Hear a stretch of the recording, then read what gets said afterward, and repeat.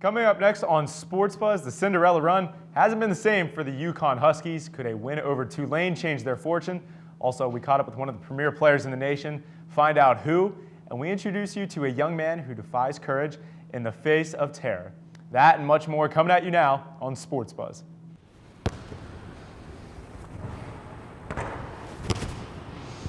It's not as easy as it looks. It's pretty hard, actually. But someone that makes it look really easy, Gabby Washington of the women's basketball team. The senior has had an illustrious career, including making it to the NCAA tournament in her freshman season.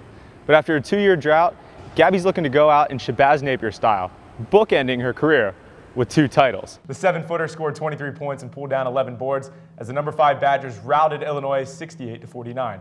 The Grateful Red are off to their best start in school history at 23-2, and most of the credit goes to Kaminsky, who is considered one of the favorites for National Player of the Year. The Sound Tigers wrapped up their first 3-game weekend on Sunday at Webster Bank Arena with a 4-3 overtime victory over the Springfield Falcons. Fresh off a huge upset Saturday at Louisville, NC State has moved up to the tournament's last 4 in.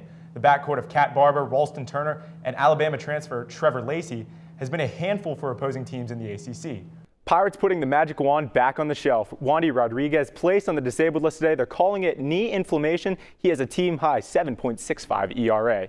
And for Bridgeport, the power play has been a force of late. The Sound Tigers are best in the East on the man advantage at 28%, and Ryan Pulak has been tremendous for Brent Thompson's club.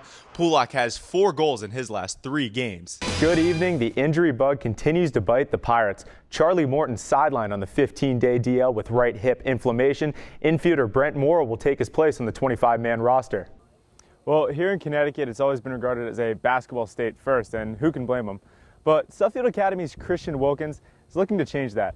The #1 high school football recruit in the state of Connecticut recently received one of the nation's highest honors. And this is just the beginning of his journey. Good evening. If you thought the Penguins' opening round series with Columbus would be a breeze, well, guess again. After dropping Game 2 in overtime, the Pens headed to Nationwide Arena for Game 3. Down 2-0 early and 3-1 in the third, it finally all comes together. Paul Martin's shot is redirected in by Brandon Sutter, crashing the cage like Shark Week. 1 minute later, it's Lee Stepniak. He goes hard and beats Sergei Bobrovsky, and all of a sudden, it is deadlocked. Later on in the third, Olli Mata's shot is redirected in by Jussi Jokinen. The connection makes it 4-3 Pens. They outshoot Columbus 41-20, but last chance for the Blue Jackets. Brandon Dubinsky comes down. The poke check by Marc-Andre Fleury. The Pens go on to steal one on the road. 4-3 your final. Bucks hosting the Reds, who have lost 7 of their last 9. They could use a big night from newly acquired Ike Davis. How's that doing for you? A grand slam putting some stank on it, Ike. 4-2 Bucks in the bottom of the 4th. Hey, welcome to Pittsburgh, man. But the bullpen lets it down again. 5-4 Reds, bottom 8. Don't worry, the MVP's to the rescue. Andrew McCutcheon, a solo shot, ties it at 5 in the bottom of the 8th. On to the 9th inning now. Same score. Neil Walker, a bloop shot. Brandon Phillips can't get it. Russell Martin charging home. The throw by Jay Bruce is on target, but Devin Mesoraco can't handle it. The Bucks win in walk-off fashion, 6-5 over Cincinnati.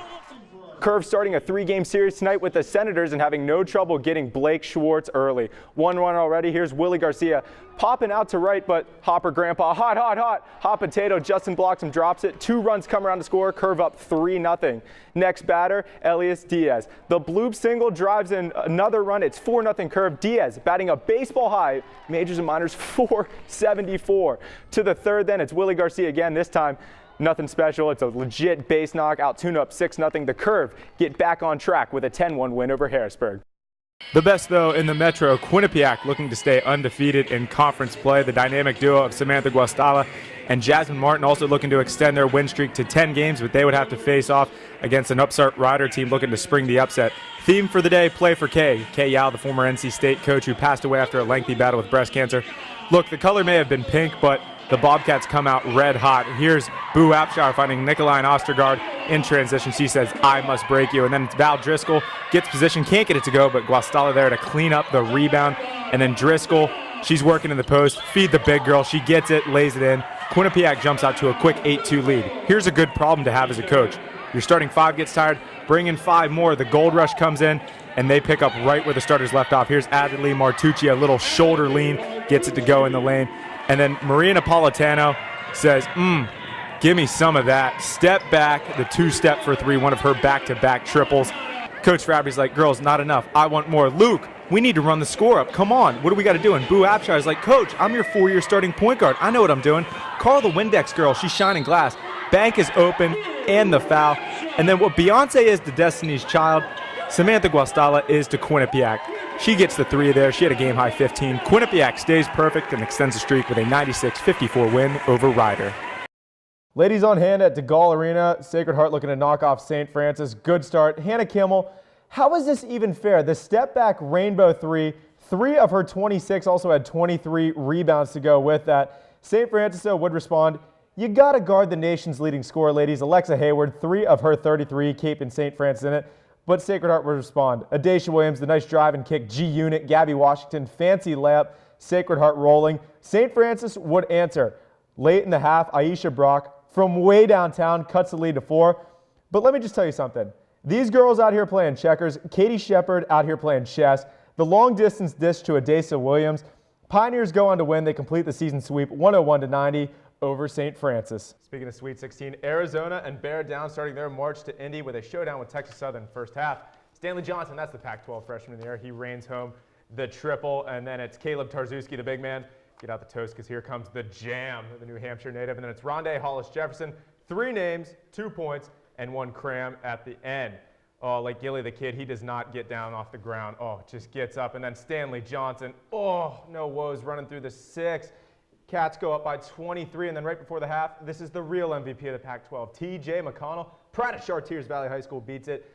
Cats go up by 21 into the break. Second half, much of the same. It's Johnson finding more 3s than a bad dating website. Gets that one to go, and then T.J. McConnell, can I kick it? Yes, you can.